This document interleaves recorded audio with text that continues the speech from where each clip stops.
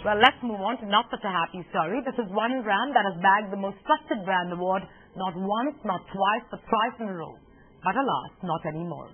The year 2010 has been rather grey for this mobile handset manufacturer, and while it still is the market leader, it's lost its edge as far as consumer loyalty is concerned. Nokia's trust quotient is tanked to number 5 this year. Khushbu Patodia brings you the story behind this downturn. Next at the same time, you will ask me far less negative questions about the Nokia business and far more positive questions about how Nokia has, really moved, not inches but miles in all the gaps we've had. And I don't think we'll do anything next year not to deserve it again.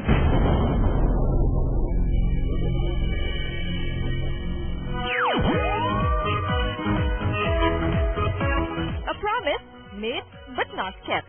Yes, we are talking about Nokia, India's most trusted brand once upon a time.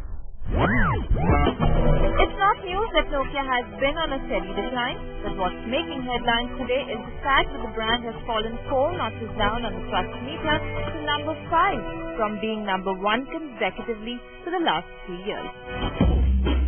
Nokia defends itself by saying, "We have always taken great pride in the consumer's trust in Nokia and we will rebuild and restart the journey. We are the most trusted in the SECA and we have lost some trust in the lower SECs.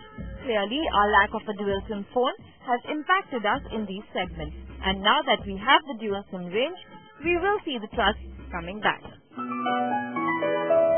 Nokia attributes this loss to its late entry into the dual SIM market. Just to flashback, Nokia's entry was so ill-timed that when they finally rolled out dual SIM phones, the consumer was already spoiled for choice, with the likes of Micromax, Spice and Carbon to name a few. The small Indian players took the market by storm with pricing that was nothing less than revolutionary. The single biggest mistake which Nokia made was that their product development for a year or a year and a half was not perhaps reflecting the realities of what the Indian consumer, especially the emerging rural consumer, was looking for.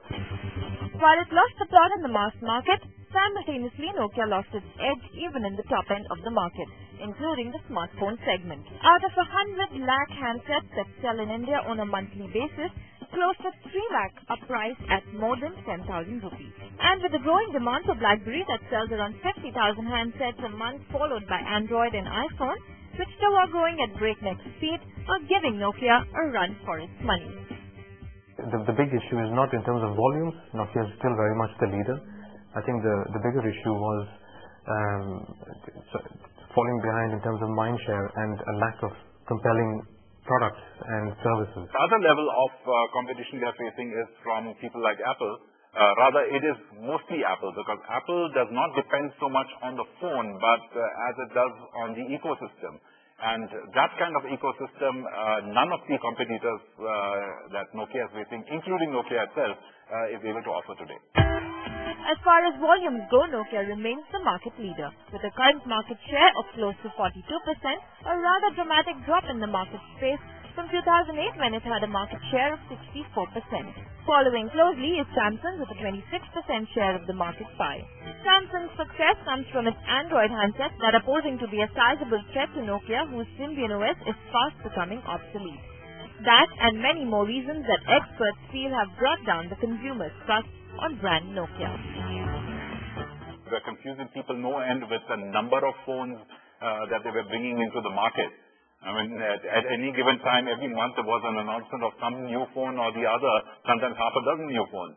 And choice, it was really an embarrassment of choices. I think that struggles at a corporate level have meant that the India organization, either they didn't see or they were simply not able to respond and get approval quickly enough to respond to some of these competitive threats that were coming their way. It was all going right for Nokia until 2008, the year it marked the entry of the iPhone in India. Trying to make up for lost time and share, Nokia has partnered with Microsoft to launch a completely new set of mobile phones with Microsoft's Windows OS.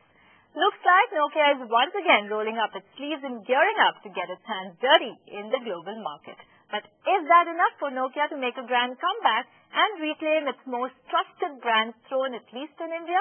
What do you think? Give us your views by logging on to our Facebook page. That's facebook.com/brand equity.